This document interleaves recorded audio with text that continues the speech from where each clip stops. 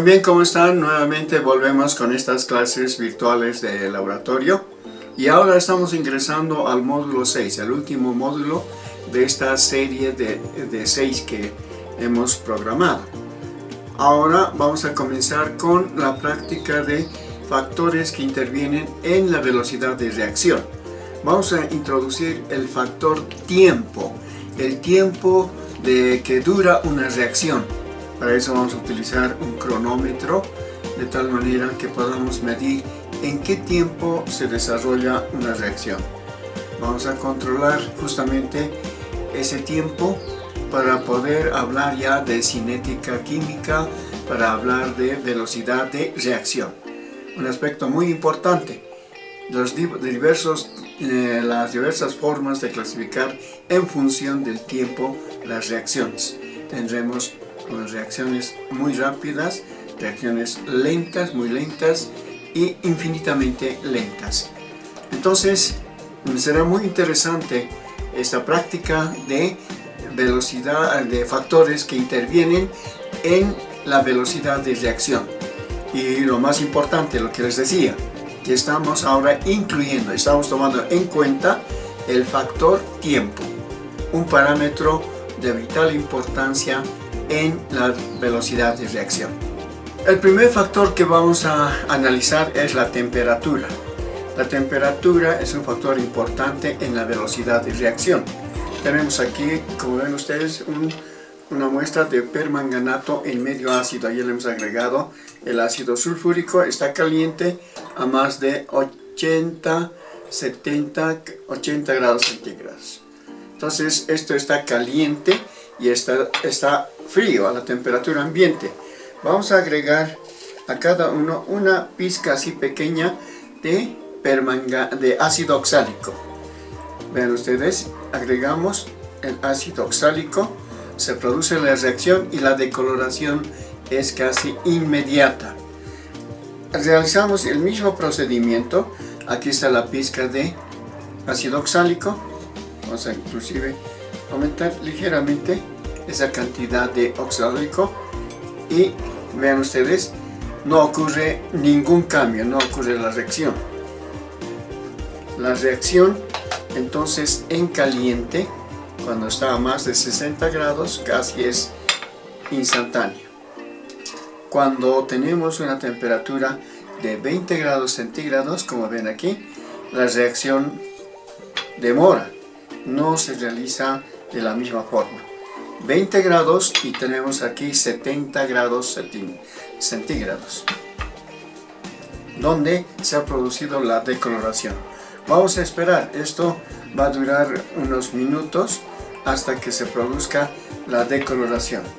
Podemos utilizar un pañuelo, un pequeño mantelcito para cubrir y demostrar nuestro poder mágico.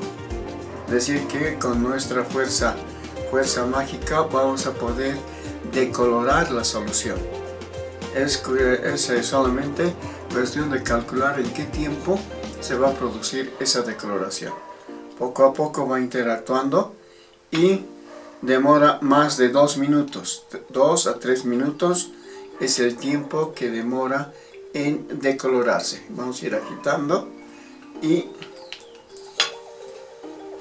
vamos a estar atentos el momento en que se va a producir el cambio. De esa manera entonces podemos visualizar la influencia de la velocidad de reacción considerando la temperatura. Ya está en proceso de decoloración. Vamos a tratar de verificar el tiempo que tarda, pero no es inmediato, ya está cada vez más claro.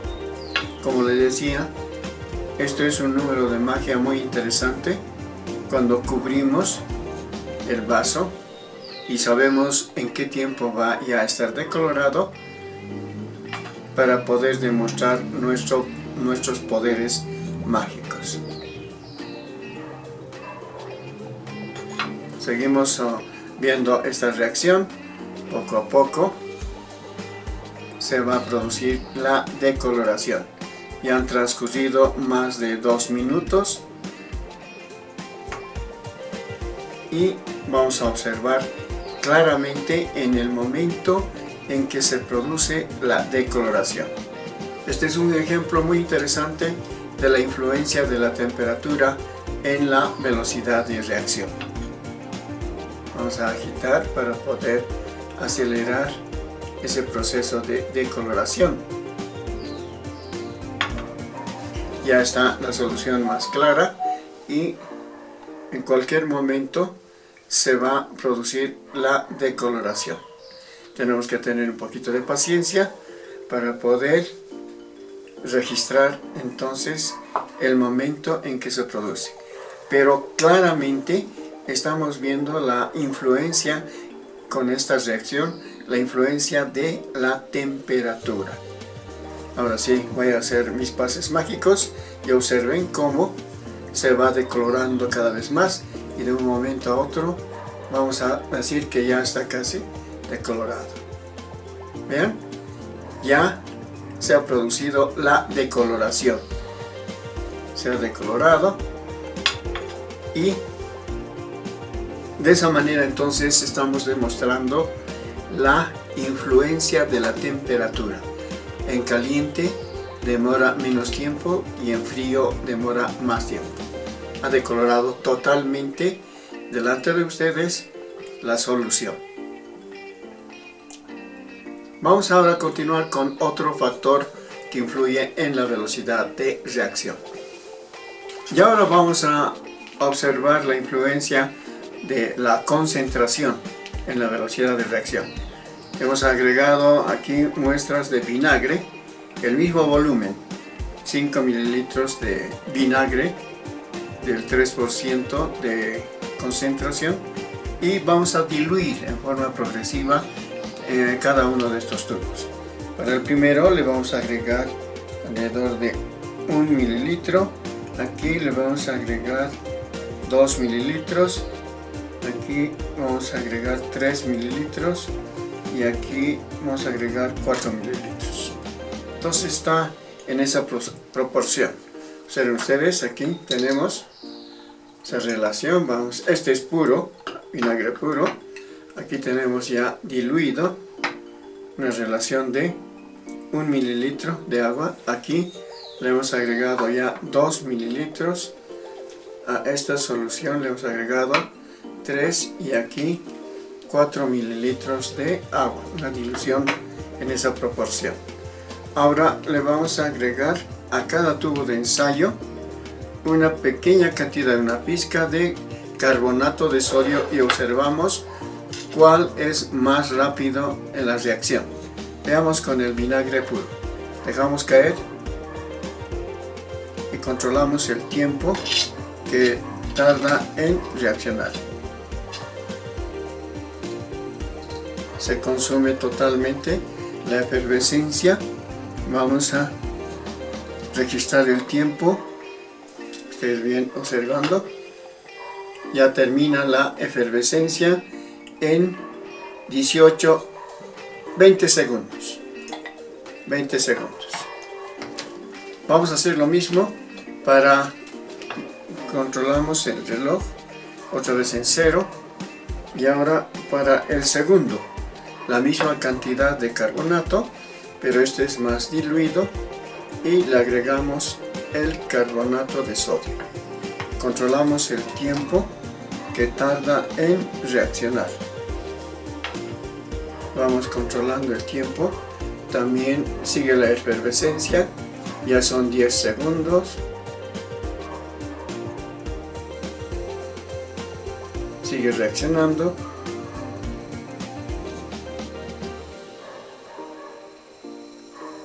Ya estamos en 22, 25. Agitamos 30 segundos. Hasta ahora, sí. 33, 35 segundos. Termina la reacción. Para el segundo tubo de ensayo, vamos a tener la misma cantidad de carbonato de sodio. Empezamos a agregar y controlamos el tiempo. Ya está corriendo el tiempo de reacción. Es más lenta la reacción, está más diluido y la reacción es mucho más lenta.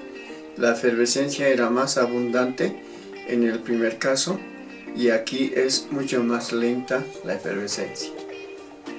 Sigue produciéndose la efervescencia, ya estamos en 35. Sigue la reacción, agitamos, sigue produciéndose la reacción. 40, 45, ya va a terminar la reacción, ya prácticamente está concluida. 55 segundos para el tercer tubo de ensayo. Vamos a parar el cronómetro.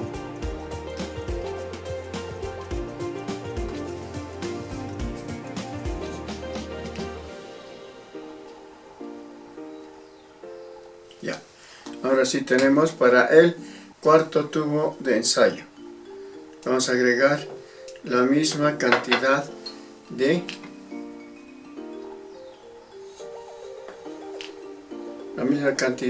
carbonato de sodio. Ahora sí, se inicia la reacción, ya no es tan efervescente, ya no hay esa efervescencia y vamos controlando el tiempo de reacción. Ya estamos en 7 segundos, sigue desarrollándose y es mucho más lenta la reacción, es mucho más lenta. Provocamos la agitación, se concentra el carbonato en la parte inferior, agitamos y se desarrolla la reacción. El ataque es lento, otra vez agitamos y nuevamente reacciona la reacción. Ya estamos en 40 segundos, una nueva agitación y otra vez la reacción. Sigue habiendo partículas de carbonato de sodio. Estamos con 49-50, otra vez la agitación. Ahora sí ya podemos dar por concluido la reacción. Agitamos y ya no hay más reacción. Entonces tenemos 65. Registramos ese dato. Vamos a concluir con la última reacción, con el último ensayo, agregando carbonato de sodio al último tubo de ensayo. La misma proporción. Agregamos y la reacción también no es violenta, no hay una efervescencia como el caso y tenemos que registrar el tiempo. Ya va corriendo, son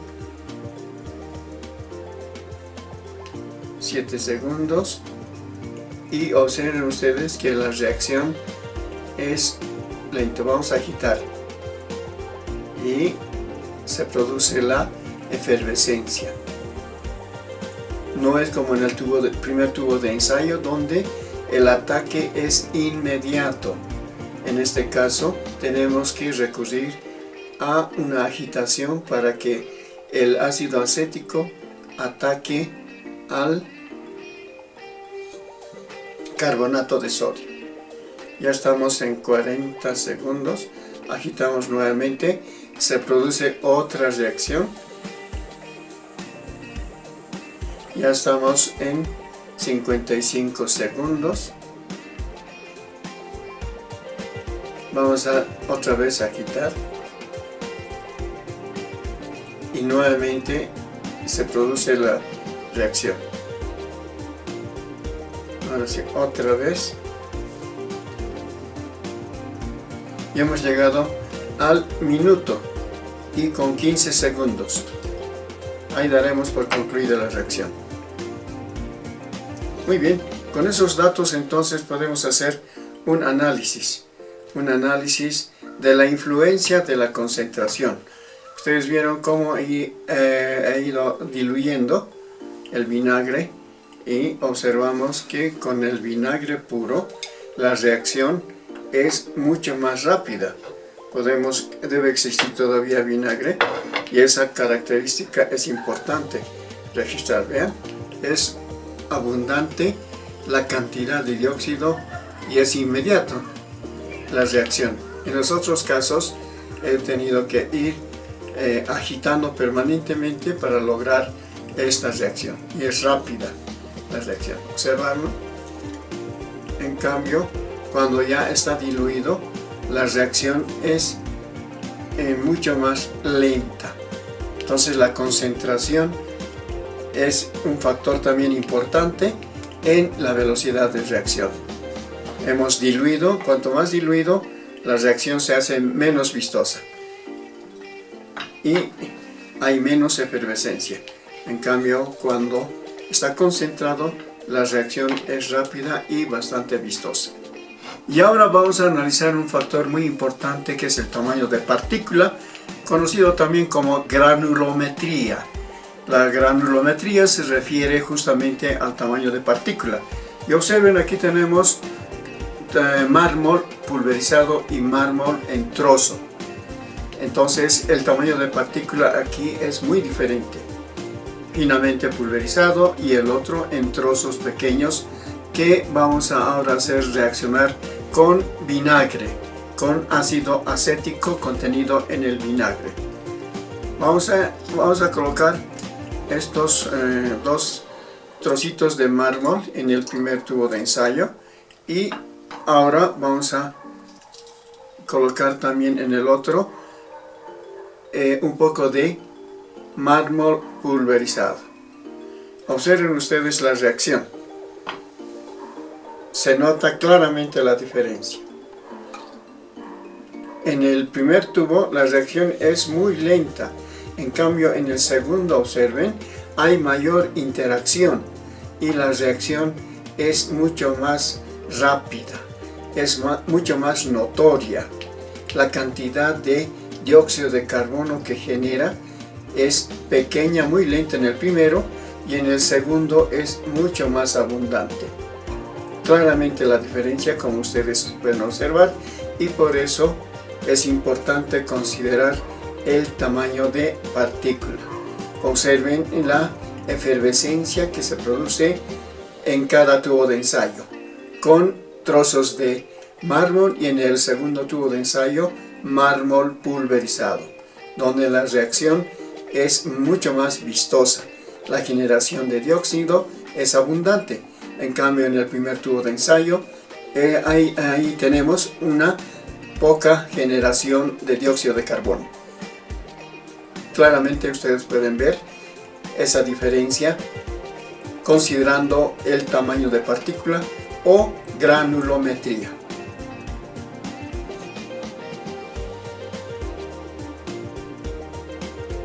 Y ahora vamos a ver la influencia del factor catalizador.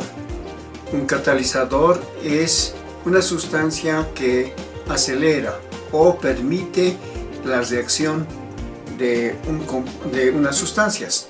Por ejemplo, la descomposición de algunas sustancias es diferente usando un catalizador. Vamos a ver justamente el efecto que tiene un catalizador en la descomposición del peróxido de hidrógeno. Vamos a agregar aquí una pequeña cantidad, un volumen reducido de peróxido de hidrógeno. Tenemos en el tubo de ensayo, en los dos tubos de ensayo, entonces esta solución de agua oxigenada. El agua oxigenada se va descomponiendo permanentemente generando oxígeno y a esa propiedad de poder generar oxígeno se debe el uso que tiene la oxigenada como un con un excelente bactericida. Vamos a ahora agregarle a uno de los tubos de ensayo un catalizador. El dióxido de manganeso, observen aquí, es un compuesto negruzco, tiene la propiedad de ser catalizador. Vamos a agregar a uno de los tubitos de ensayo para ver si se produce una mayor velocidad en la descomposición del agua oxigenada. Hagamos ese ensayo. Vamos agregando, observamos y observen ustedes que la reacción de descomposición se acelera enormemente. Se descompone el agua oxigenada generando abundante oxígeno. Podemos probar encendiendo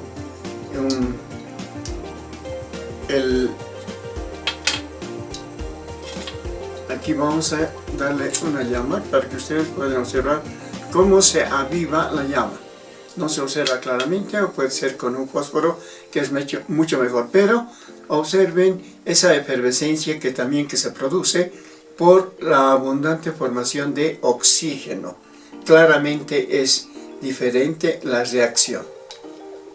La reacción sin catalizador es lenta, progresiva, pero si utilizamos una pequeña cantidad de catalizador, la reacción es mucho más veloz. Se genera abundante oxígeno. De esa manera entonces queda demostrado la importancia que tiene un catalizador en la velocidad de reacción.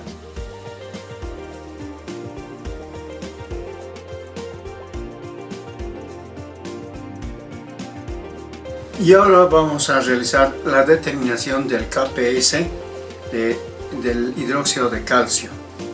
Cuando hablamos de KPS nos estamos refiriendo a cuantificar el grado de solubilidad. Recordemos que tenemos 3 grados de solubilidad muy importantes, que son soluble, poco soluble e insoluble.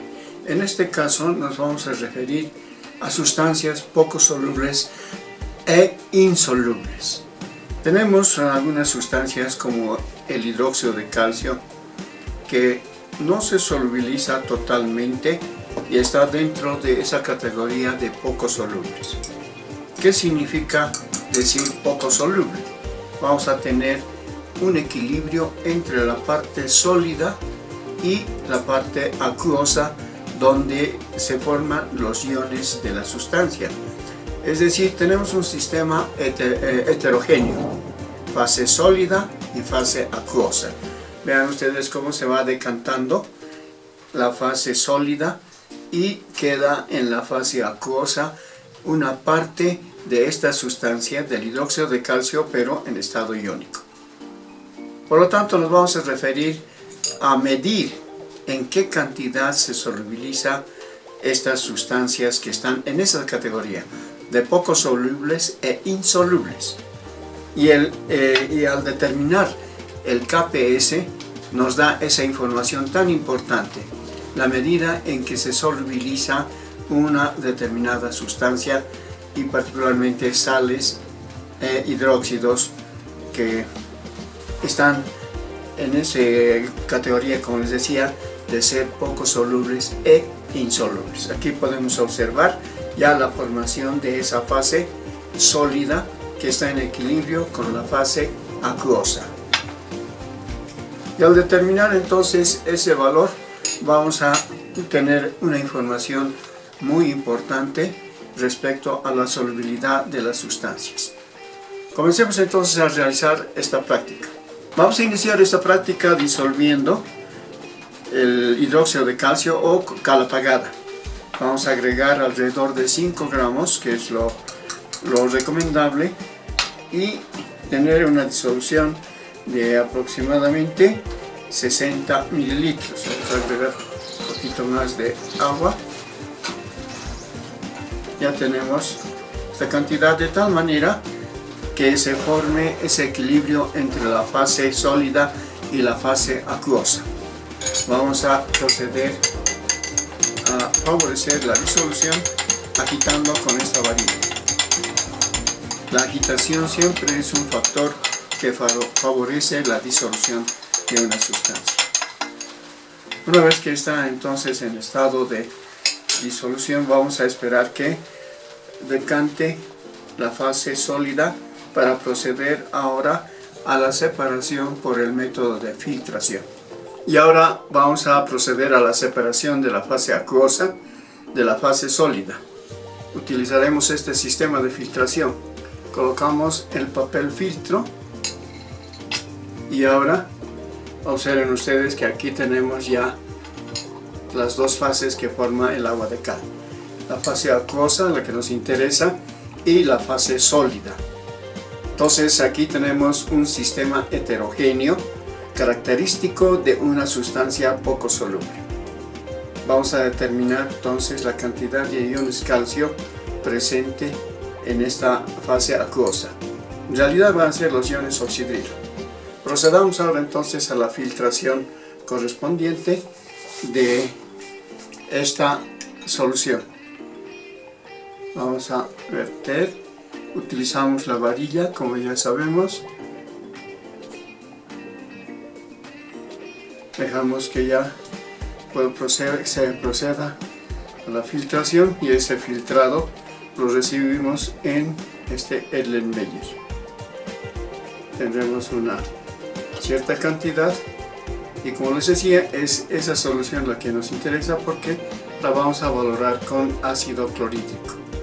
De esa manera vamos a saber la concentración en función de los iones oxidrilo.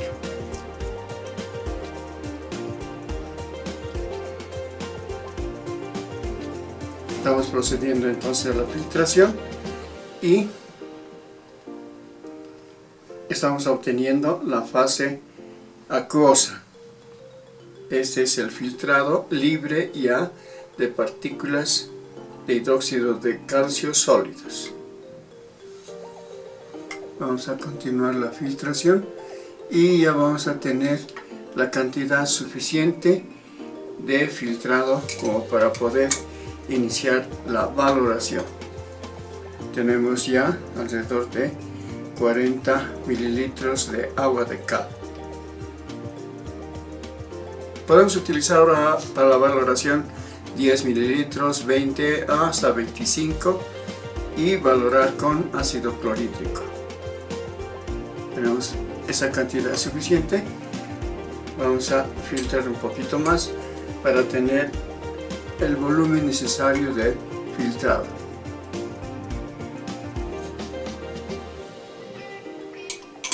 Ahora sí, ya tenemos la cantidad suficiente de filtrado y vamos a proceder a la segunda fase de valorar esta solución con ácido clorhídrico. Ahora vamos a medir una alícuota de 25 mililitros, podría ser también menos. Aquí estamos midiendo esa alícuota de 25 mililitros del filtrado.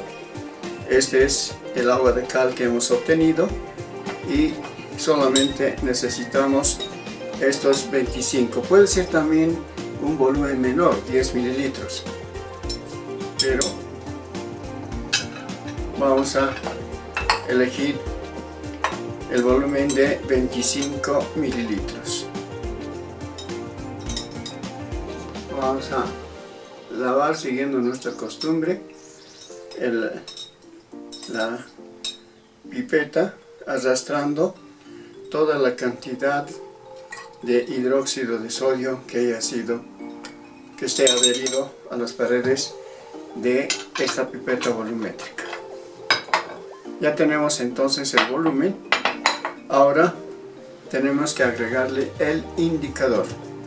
Vamos a adicionar 2 a 3 gotas de fenolftaleína. Tenemos la coloración respectiva y para que podamos percibir el cambio vamos a colocar un papelito blanco que nos permita detectar con mayor precisión el momento en que se produce la decoloración. Iniciaremos la valoración. Vamos agregando poco a poco el volumen de ácido clorhídrico. Vamos a ir valorando.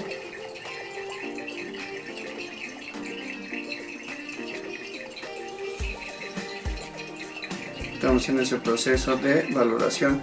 Recuerden siempre que podemos graduar el chorro de hidróxido, el chorro de ácido en este caso. Ya está el proceso de decoloración, ya está.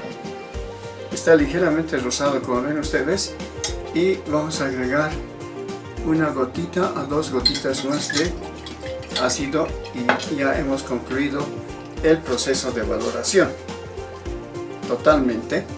Y procedemos a la lectura.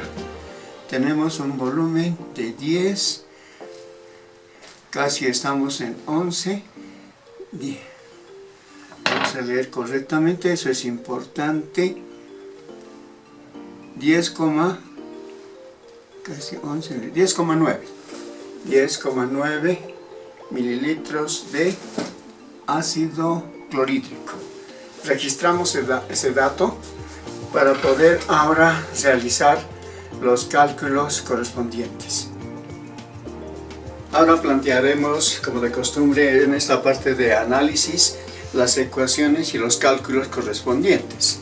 Vamos a plantear en primer lugar la disociación del hidróxido de calcio. Entonces, este hidróxido de calcio corresponde a un reactivo poco soluble. No es muy soluble y justamente ahora vamos a determinar en qué grado tiene esa solubilidad. Tenemos entonces en medio acuoso la formación de los iones calcio, simbolizamos ahora sí AC, más 2 iones oxidrilo, también está en la fase acuosa. El hidróxido de calcio está en la fase sólida. Vamos a ver ahora la valoración del filtrado. ¿Qué datos hemos obtenido? Hemos tomado una alícuota de 25 mililitros y el volumen de ácido gastado ha sido 10,9. La normalidad del ácido preparado en anterior ocasión era de 0,094 normal. Con esos datos ahora procedemos al cálculo de la normalidad de la base, en este caso del agua de cal. Esta es la ecuación de neutralización y tenemos los del ácido y de la base. La concentración del ácido normal 0,94, el volumen de ácido gastado ha sido 10,9, queremos calcular la normalidad del agua de cal y para eso hemos tomado 25 mililitros de alícuota. Obtenemos este valor 0,04. Esto está en normalidad y recordemos que la unidad que se utiliza en equilibrio químico y en cálculo de pHs es la molaridad, es la unidad oficial. Por lo tanto, esto tenemos que convertir en molaridad. Vamos a tener esta relación, que la normalidad va a ser igual al número de equivalentes por la molaridad. El número de equivalentes que tenemos es 2 iones oxidrilos, entonces 2. Dividimos 0,04 entre 2 y es 0,02 mol por litro. Esa es la concentración en molaridad del agua de cal. Finalmente, teniendo ese dato que va a ser la solubilidad, vamos a determinar el KPS del hidróxido de calcio. Vamos a recordar el cuadro ICE. Ese es el método universal que se aplica, el cuadro ICE, al inicio, en el cambio, que siempre es estequiométrico, y en el equilibrio. Al inicio no conocemos las concentraciones y en el cambio va a ser, como les decía, estequiométrico. S se disocia y aquí tenemos los iones calcio y va a ser los iones oxidrilo el doble, 2 veces S. Hacemos la suma, que es en el equilibrio, y aquí vamos a tener S, la solubilidad para el calcio, y aquí 2S. Ahora, el equilibrio para este sistema va a ser los iones calcio por los iones oxidrilo elevado al cuadrado. El KPS que vamos a calcular entonces va a ser igual a S. Consideramos la concentración del calcio estequiométricamente igual a S y el oxidrilo es 2 veces S. Aquí tenemos entonces ese valor, 2S, por eso reemplazamos aquí con 2S. Ahora hacemos los cálculos y obtenemos 4S al cubo. Reemplazamos el dato de solubilidad que va a corresponder a la concentración del agua de cal, que es 0,02. Y obtenemos 3.2 por 10 a la menos 5. La teoría nos dice que el KPS del agua de cal alcanza hasta 10 a la menos 6. Entonces estamos en un rango aproximado y todo va a depender también del tipo de cal que se ha utilizado. Este es el resultado final que hemos obtenido y que corresponde al objetivo de esta práctica. Podemos comparar con el KPS del hidróxido de bario, que es 10 a la menos 3. Entonces aquí 10 a la menos 3 es mucho más soluble que 10 a la menos 5. Y así, este valor nos da una idea del grado de solubilidad de una sustancia. Entonces el agua de cal es poco soluble y el agua de barios es un poco más soluble, 10 a la menos 3, casi la mitad de solubilidad, es mucho más soluble, mejor dicho, que el hidróxido de calcio. El agua de bario es mucho más concentrado. Vamos a plantear las siguientes conclusiones.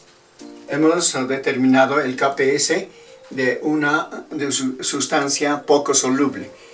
Es la cal apagada o hidróxido de calcio. Es, como les decía, una base poco soluble. El valor teórico de KPS de esta sustancia es de 5,253 por 10 a la menos 6. Nosotros hemos obtenido un valor experimental de 3,2 por 10 a la menos 5. Entonces tenemos un pequeño error que podemos justificar por la calidad quizás de la cal y al mismo tiempo algún error cometido en la valoración, y podemos entonces de alguna manera justificar esta variación, pero que tampoco estamos muy alejados del valor teórico del KPS del hidróxido de calcio. Vamos a aprovechar para hacer una comparación del KPS de otros hidróxidos y de otras sales. Tenemos, por ejemplo, el agua de bario, el hidróxido de bario, tiene un KPS de 5 por 10 a la menos 3. Entonces observen este valor. Aquí es 10 a la menos 3, que es mucho más soluble, y este 10 a la menos 6 es más insoluble. Es decir, que el agua de cal va a tener menos concentración y esto va a tener iones en mayor concentración. Comparemos finalmente con el cloruro de plata. El cloruro de plata es mucho más insoluble porque tiene un valor de 1,6 por 10 a la menos 10. Observen, casi muy poco soluble comparado inclusive con el hidróxido de calcio. El hidróxido de bario es mucho más soluble, 10 a la menos 3, y por eso comparamos con el cloruro de plata, 10 a la menos 10, que es un valor muy bajo, y eso significa que es muy poco soluble esta sal de cloruro de plata.